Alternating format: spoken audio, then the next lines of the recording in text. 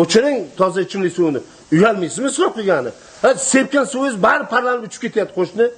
Qo'shni quyosh qanday qizdirishini. Shu yoqsa salqin bo'lsin deb suv sepib qo'yapman-da. Boshqa davlatlarda odamlar bir qutum suvga zor. Loyqa suvni tindirib ichyapti. Sizni qilayotgan ishingizni qarang. Uyingizga kelgancha qancha odamlar buni arkasidan mashaqqat chekib, mehnat qilyapti.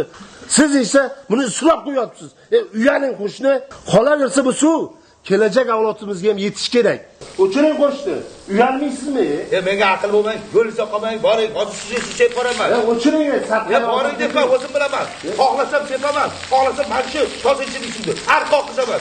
O'chiring suvni. Ko'katman sizga seppa sepaman. Boring.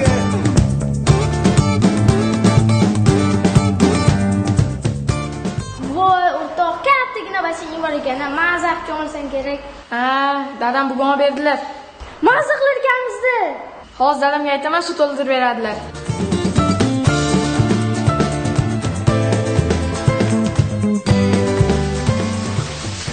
Dada, ichkarida basseynga suv to'ldirib bering.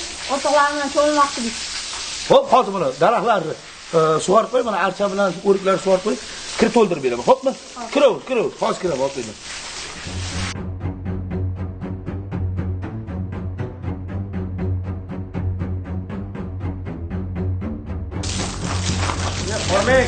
Assalomu alaykum.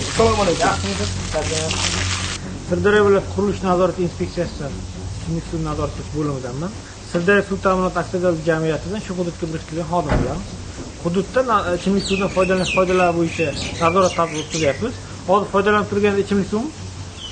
Ha, toza ichimlik suv.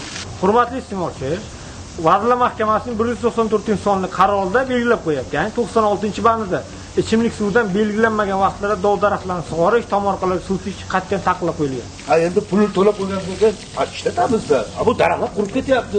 Hamma qilayotgan bizda.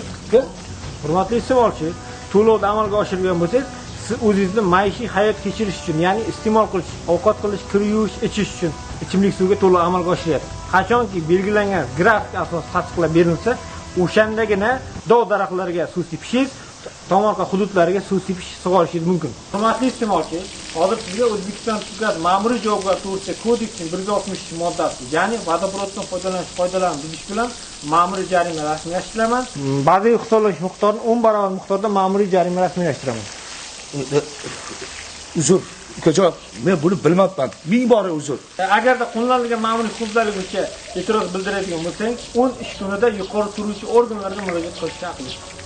Xo'p, uzr.